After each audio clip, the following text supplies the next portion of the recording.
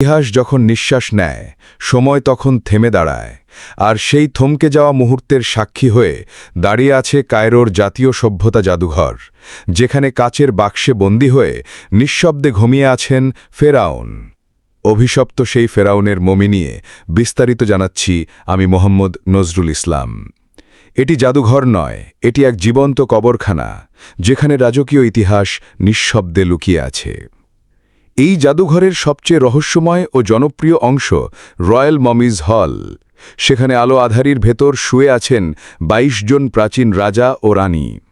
তাদের মাঝেই সবচেয়ে রাজকীয়, সবচেয়ে আলোচিত, সবচেয়ে প্রভাবশালী ফেরাউন র‍্যামসেস II। ৩,০০০ বছরেরও বেশি সময় পার হয়ে গেছে, তবু আজও তার চোখ যেন আমাদের দিকে তাকিয়ে বলে যাচ্ছে, আমি ছিলাম মিশরের দেবতা, আমি ছিলাম অমর। তার দেহে রয়েছে অক্ষত চুল, চামড়া, দাঁত ও পায়ের আঙুল পর্যন্ত। মমিটি গাঢ় বাদামি রঙের, নাক এখনও দৃঢ়ভাবে উঠে আছে, চোয়াল শক্ত। লম্বায় ছিলেন প্রায় ৫ ফুট ৭ ইঞ্চি এবং ৮০ পেরিয়েই মৃত্যুবরণ করেছিলেন।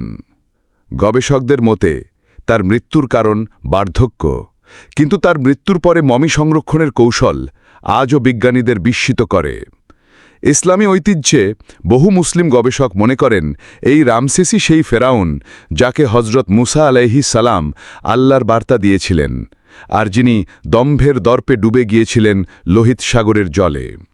কুরআনে বলা হয়েছে, আজ আমি তোমার দেহকে রক্ষা করব, যেন তুমি ভবিষ্যৎ প্রজন্মের জন্য শিক্ষা হয়ে থাকো। সূরা ইউনুস আয়াত ৯২। কুরআনের সেই ভবিষ্যৎবাণী আজ বাস্তব হয়ে দাঁড়িয়ে আছে এই কাচের বাক্সে শুয়ে থাকা লাশের মধ্যেই।